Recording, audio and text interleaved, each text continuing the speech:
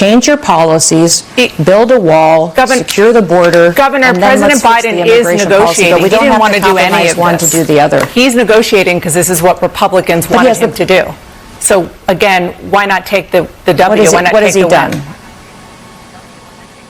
What has he done? He's done nothing as far as actual policies and actually using the tools that he has. I sat 2 days ago with people that work for him that said this president is tying our hands every single day. He does not let us do our job. This president, we work for him, we work for the federal government, and we hate it. We hate our jobs and we hate what's happening to this country because he will not keep us safe. Again, there are lots of reasons why the immigration system is completely broken. One of them is that the United States Congress, which is supposed to make the laws of the land, has been completely frozen on this for decades. Donald Trump is wrong to oppose this deal.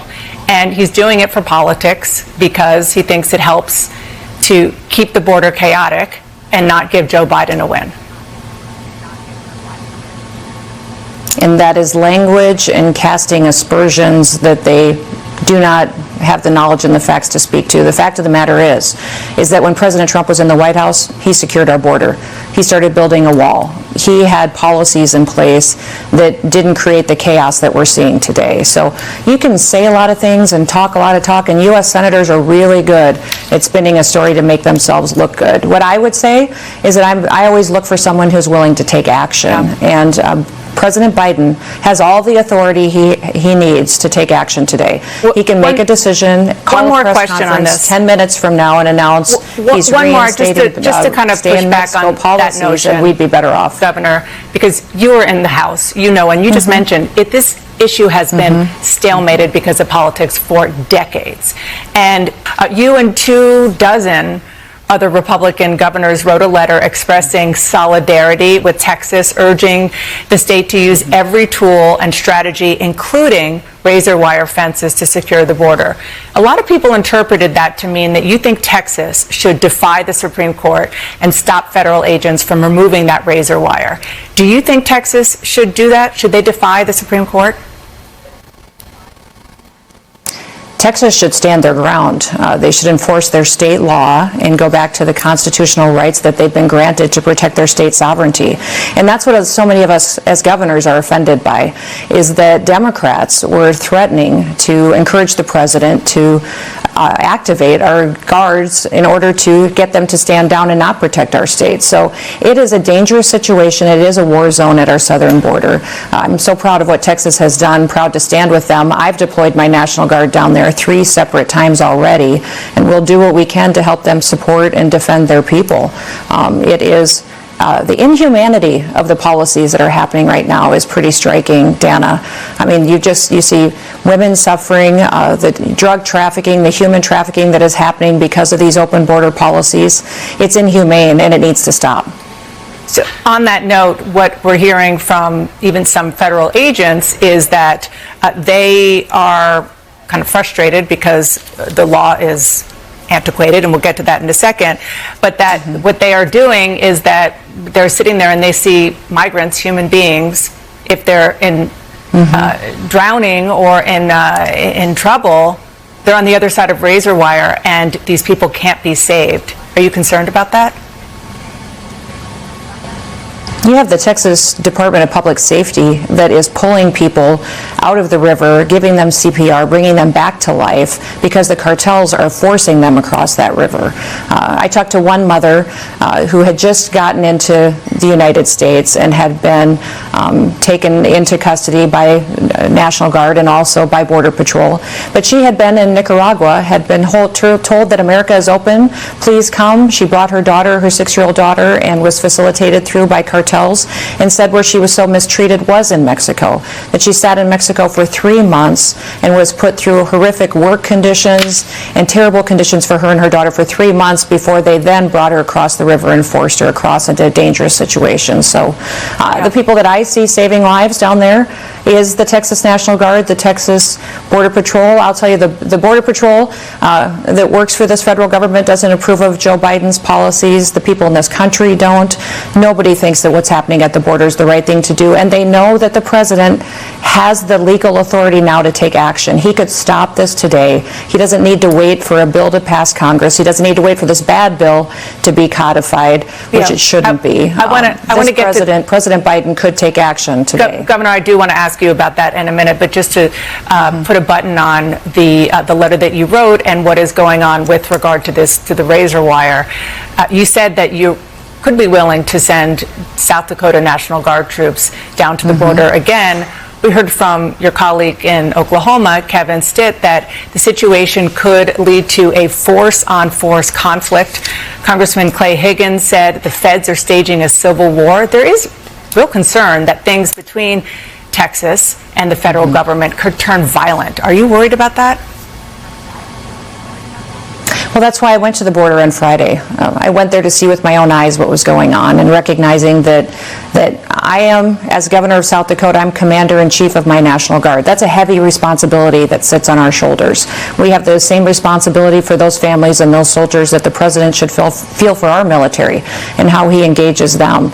So we don't know where this will escalate. We don't know what the president will do. We don't know how he'll try to manipulate our soldiers, and if he will even defend our country from this invasion that is happening. So that's why I went there. I'm all in to protect our state sovereignty. I deal every day, Dana, in South Dakota with the effects of this open border. We have those Mexican cartels that have a presence on my 9 tribal reservations, where those communities are suffering from the drug trafficking and the human trafficking that's going through my tribal reservations, where I don't have any jurisdiction.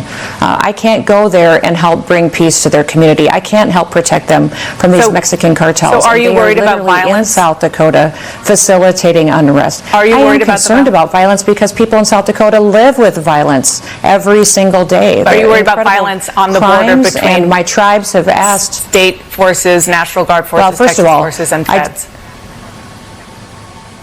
What I do as governor is I start looking at the long-range effects of every single decision and what I'm prepared to do. So that's why I went to the border on Friday, was to look at, there could be a violent situation, but there also could be areas where we need to take legal action as governors to protect our states. I'm willing to put all of that on the table to make sure that we're protecting the freedoms that we've always had ever since this country was founded. That's my responsibility and why I get up every single day. So I want to go back to what you alluded to, which is what's happening in the United States Congress and the Senate in particular.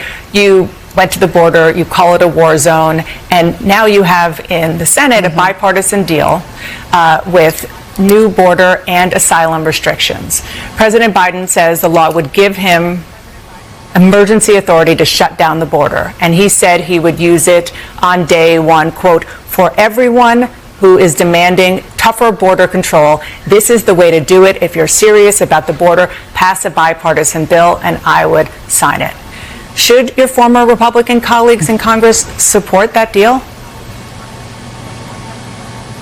Why doesn't President Biden take action today? I mean, today can be day one. He can immediately announce that he's reinstating the stay in Mexico policy. He can immediately announce that he's going to refocus on building a wall. He can do those today. I listened to Nancy Pelosi talk earlier. She's been in Congress for decades and has talked about immigration for decades. And what has she accomplished? We have a president that has all the tools that he needs to protect our country today, and he's refusing to do that. So to look at Congress and expect them to pass a bill when they failed for decades to do this, and then to say we have to accept this poison pill of a bill that it essentially codifies illegal immigration.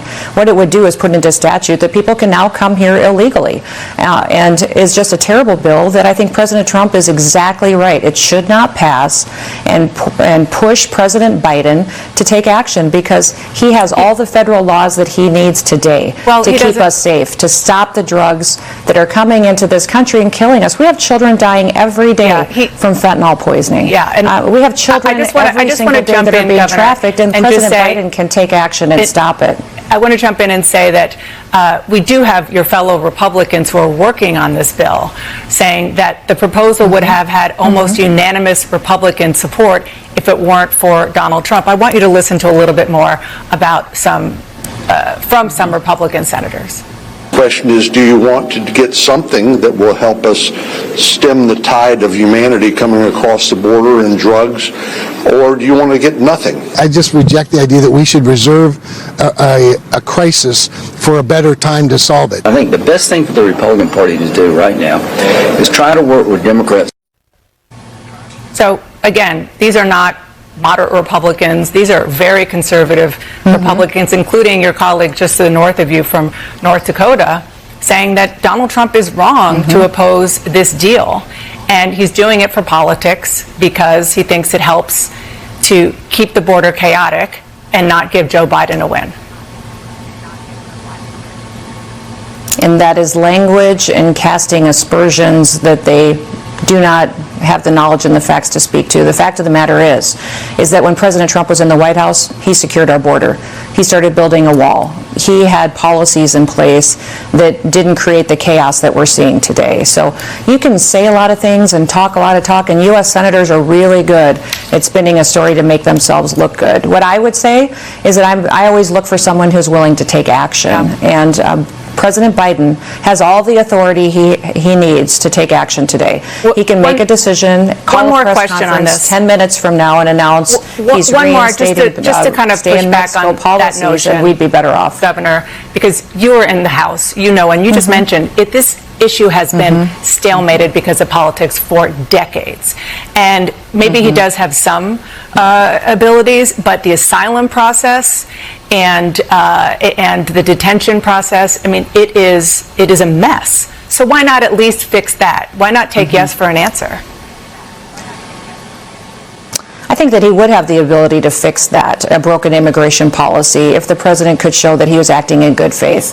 Make an announcement that you're changing your policies, you're reallocating resources, and going to start protecting the United States of America, and you'd have Republicans coming down to the White House asking to be partners on fixing our immigration policies. Instead, what we've got is this partisan bickering back and forth and no solutions while people invade our country. We've had almost 10 million people come into our country, and we've got a lot of people that have been on the terrorist watch list, dangerous criminals that are coming into the United States who do not love us, that we're allowing to enter our country. It's an unsafe situation, and the president can be the one who stands up and shows leadership at this time.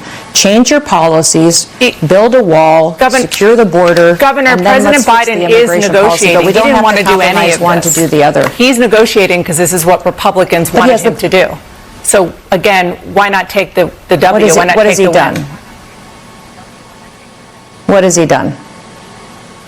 He's done nothing as far as actual policies and actually using the tools that he has. I sat 2 days ago with people that work for him that said this president is tying our hands every single day. He does not let us do our job. This president, we work for him, we work for the federal government, and we hate it. We hate our jobs and we hate what's happening to this country because he will not keep us safe. Again, there are lots of reasons why the immigration system is completely broken. One of them is that the United States Congress, which is supposed to make the laws of the land, has been completely frozen on this for decades. Governor, thank you so much for coming on and talking about this very important issue. Appreciate it.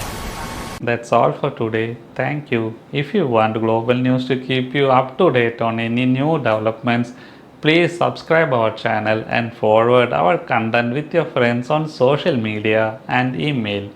Thank you very much for keep supporting me. Stay safe, be blessed. Namaste. Thank you, God bless you, and God bless America.